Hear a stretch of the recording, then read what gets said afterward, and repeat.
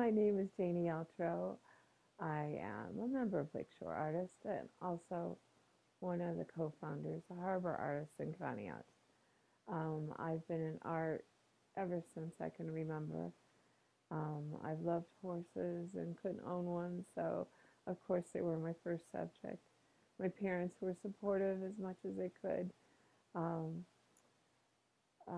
my father would bring home art supplies and drawing books, and my grandmother paid for art lessons if my mom would drive me. So she was driving me to Cleveland Art Museum during the Huff riots, so that was quite a sacrifice. I didn't comprehend it, but I remember them telling us at the art museum, if we got there late, don't try to find the group because we'd often be outside doing landscape drawing. You said, don't try to find the group, it's too dangerous. And so, you think back and you realize what a sacrifice. She must have been scared to death, but she did that for me. And so, I did my art all the way through. I explored different mediums. Didn't always have art in school, depending on the school levy, but I always was drawing or painting or whatever. And when I got to be a teenager, one of the neighbor ladies was an awesome artist, and she came and gave me oil painting lessons, and that was my first formal lesson. In the beginning, we could kind of do things that we wanted to, and by the end of the school year, we had to use the supplies that were left. That made you learn about color, that's for sure. But yeah, I learned to draw. Um, oh shoot, I forget what they're called. But you would take a piece of newsprint paper and fold it up, studies, and um, come up with your plan. And um, that was good for me to do that because I would just normally take a piece of paper and start drawing. But this way, the teacher would approve it, and once he approved what you wanted to do, then you could go ahead and do it. There were references, lots of National Geographics, and lots of 3D things that we could choose to work from. And he would encourage me not to do horses, but he would let me do horses too. But it was good. His name was Roger Ellsworth, and I went to Kirtland High School, and he gave me my, high school education in art. My neighbor, Margaret Hummel, gave me oil lessons. She was a very good local artist that people knew in Kirtland. When were you a teenager? Oh, you're being rotten, okay? I graduated from high school in '69. Okay. Yes, I went to college at Wilmington, and I chose it because of their agriculture program. And I majored in agriculture and had a double in art. So, and it's done me very well because while I was healthy enough, I did train horses. Did my art along the side, but my major career was art with horses. I trained, gave lessons, had national and regional champions. So I was blessed that way. I loved the amateur owner and the kids and watching them go out in the ring and succeed. I love that. And the same way with my art. I love coaching someone and then seeing them do well. Just seeing them progress. They don't have to compete. But when I see 5 years from now, it's and like people in the group from Harbor Artists that were there when we started back in 2000, it's like exciting. It's just exciting. They had all that talent in them, and it's just blossoming. It's awesome. God's good. God gives us such great talent. Art was always there. I was always doing commissions and things like that. But as my health declined, I got into I had an injury with the horses, and I had to scale back. And I went into teaching.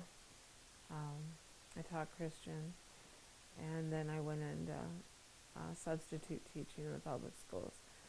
And so the art just kept building there, and then it got to the point I couldn't take care of my horses anymore, and I had to give them up. That was hard. I don't know, maybe it's my personality, but I see a new medium. I want to play. I want to learn it. Um, I learned my clay in high school a little bit, and then I hand built things. And then when I went on to college, I played with the wheel and different firings and making my own glazes and things like that. And I worked with Helen Griffin, who was a well known ceramicist at the time. One of the artists that I studied under at Wilmington knew Andy Warhol. I got to meet Andy Warhol. Didn't have a clue is what a big deal it was. It's a big deal. Well, when did you actually get to know him? Oh, probably about 10 years ago. You know, it just, name dropping never meant a thing. Well, this is my newest medium. It's called needle felted sculpture. He's not a toy. He is a sculpture. I start with wool that comes like this. Originally, we grew our own. I processed it myself. Now, I don't have the energy.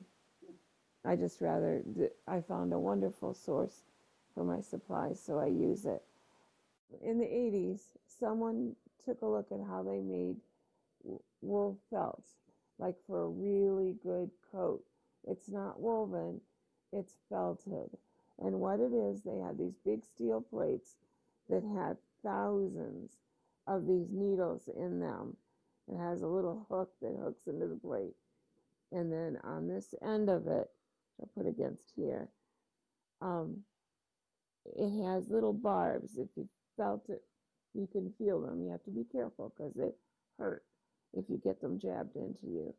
Someone decided to take one of them and start doing their own sculpting.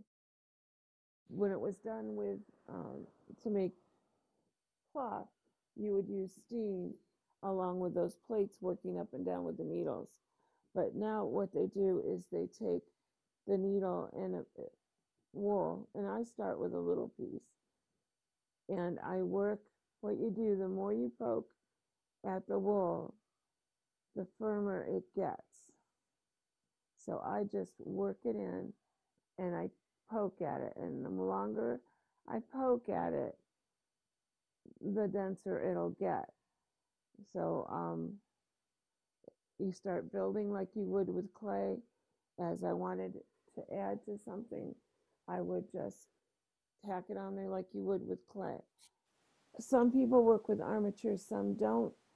I usually don't because I don't like hitting the armature with my needle. This guy I did because I knew he would get moved around a little bit. This is my version of a gypsy vanner horse.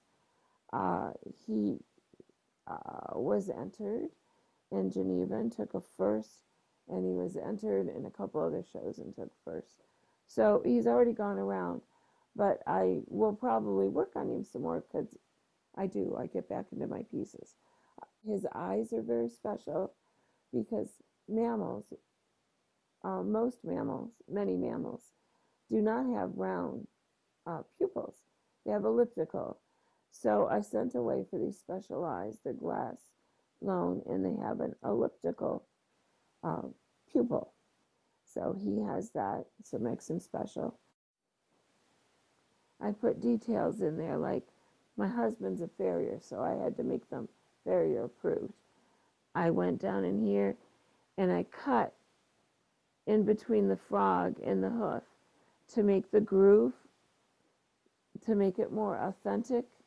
I used a little fabric stiffener just to, make it more hoof-like. But then to add, I would add this little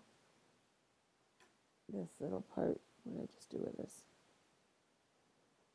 This little part here, say it needs more what we call feathers in the horse world.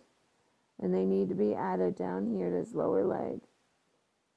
Because these horses, like a Clydesdale, they leave the lower leg hairs nice and full. They're really pretty. I would love to own one of these, but since can't buy one, I will make them. It's kind of what I started doing, is picking the breeds that I've never owned but loved and making them, like a fjord. Fjord. I bet you don't know what it is. Look it up. They're a fun breed. It's worth looking up.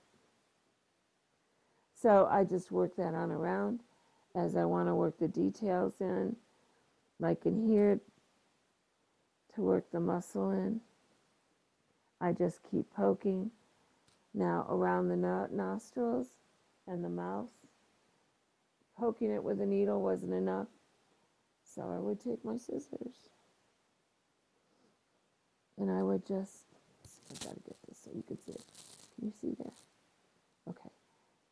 And I would just clip where I need to, and if I overclip, I will take my needle and fix it. Or I will bring it down, this lower lip, and what I think I'm going to do for this guy is let his teeth show a little bit, just to add a little more detail. Like I said, it's a form of sculpting. It's beautiful. It's warm to the touch. And the people that have collected it, and it's really not hard to keep the dust off of, because wool repels dust. So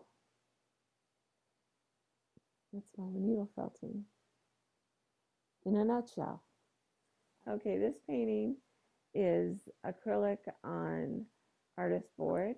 It's linen textured artist board, and it probably took over a year, because I would work on it and then do a little more work and take it another direction. I started it at just a group session at Harbor Artists, and did the background and had fun sponging it, brushing it in and getting the contrast and stuff. And it was supposed to be a dry creek red originally, and then I decided to add water, and then I decided to put rocks in it and add the turtle. And then I'm on this website that different equine artists are part of, and this one lady came on to share a bunch of pictures and said you can use them as reference, just give me credit. So I like this one that she had. The horse was a different color, but I liked the pose. It was relaxed, it fit, it went right there. And I finished it up, put it in the Geneva show, and it got a special award. Okay. This painting has gone through several titles.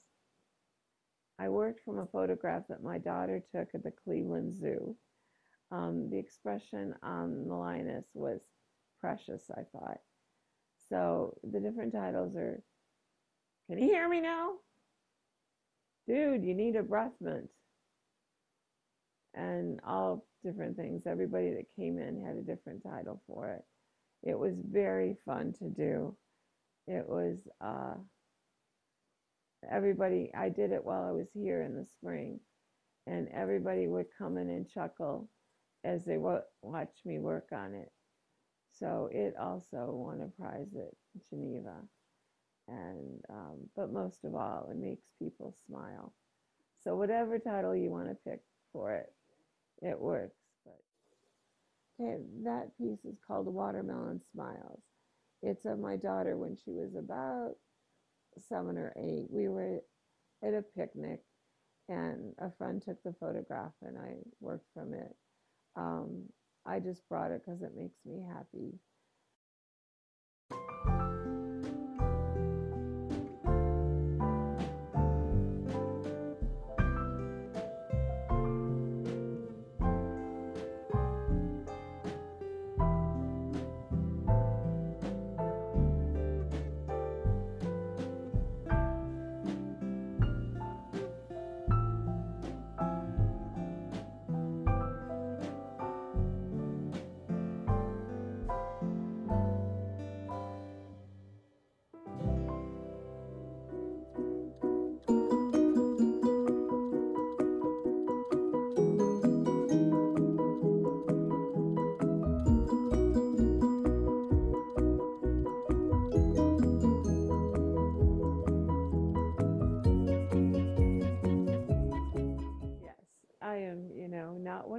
sisters that are coming into the group, but I had good wisdom, I like to think.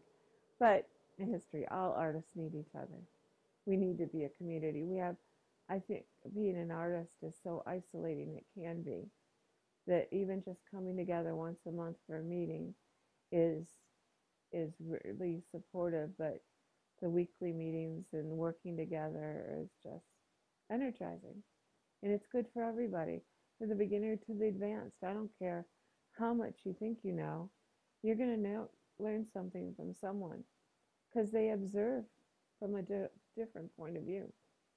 Our God and our Creator, He's the master creator, and He gives us all this talent. We just don't use a tenth of it, you know. And I like to share it, whether people like to look at it or want to learn more about helping themselves do art.